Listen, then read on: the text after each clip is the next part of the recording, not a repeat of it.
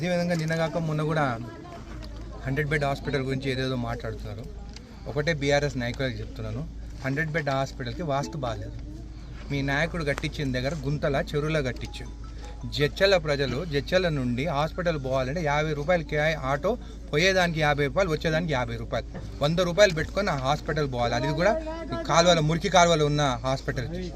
మీరు కావాలని చెప్పి రాజకీయాలు చేస్తే నేను ఎన్నో మాట్లాడగలుగుతాను. ఊరికనన్నా రాజకీయాలు చేయకండి.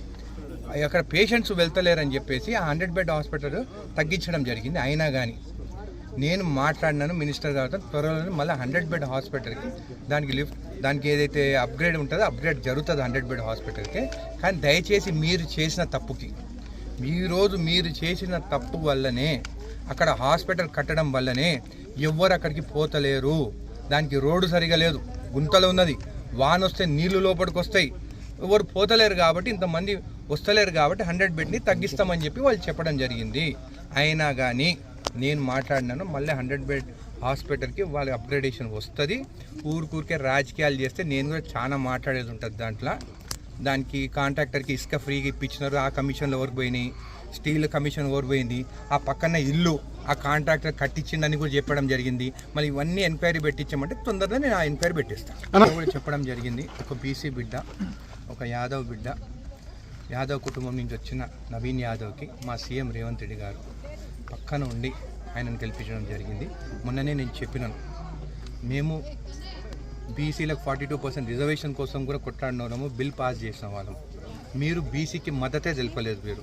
కాబట్టి రేపు రాబోయే లోకల్ బాడీ ఎలక్షన్స్లో కూడా ప్రజలు వీళ్ళకి బుద్ధి చెప్పాలని చెప్పి నేను చెప్పడం. అన్న, ఈ ప్రభావం ఏమైనా ఉంటుందా లోకల్ బాడీ ఎలక్షన్స్ మీద? ఎంతవరకు ఉంటుంది? జూబ్లీస్ ఏదైతే వచ్చిందో దాని ప్రభావం ఎలా ఉంటుంది? మొత్తం స్టేట్ పైన ఉంటుంది, ఎందుకుండదు? 24,000 పైన మెజారిటీతో గెలిచినాం. వాళ్ళు మమ్మల్ని గూండా అన్నారు, వాళ్ళు మమ్మల్ని ఇష్టం వచ్చినట్టు మాట్లాడినారు. ఈరోజు 24,000 పైన ఓట్స్తో గెలిచాం. అది కూడా ఒక యాదవ్ కుటుంబం నుంచి వచ్చిన నవీన్ యాదవ్ని గెలిపించుకున్నాం. మాకు బీసీలకు వాళ్ళ కుటుంబాలకు మేము అండగా నిలబడతాం, అది కాంగ్రెస్ పార్టీ. కాబట్టి రేపు రాబోయే ఎలక్షన్లో మీరు చూస్తే ముదిరాజ్ బిడ్డ అయిన శ్రీహరికి కూడా మన జిల్లా నుండి, మన ఉమ్మడి జిల్లా నుండి మక్తల్ నియోజకవర్గం నుంచి నేనే ఫస్ట్గా ప్రపోజ్ చేస్తున్నాను ఆయన మినిస్ట్రీ ఇవ్వాలని చెప్పేసి.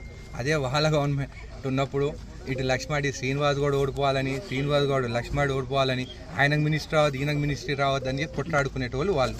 మేమేమో బీసీ పక్షాన్నే ఉంటామని చెప్పి మీకు తెలియదు.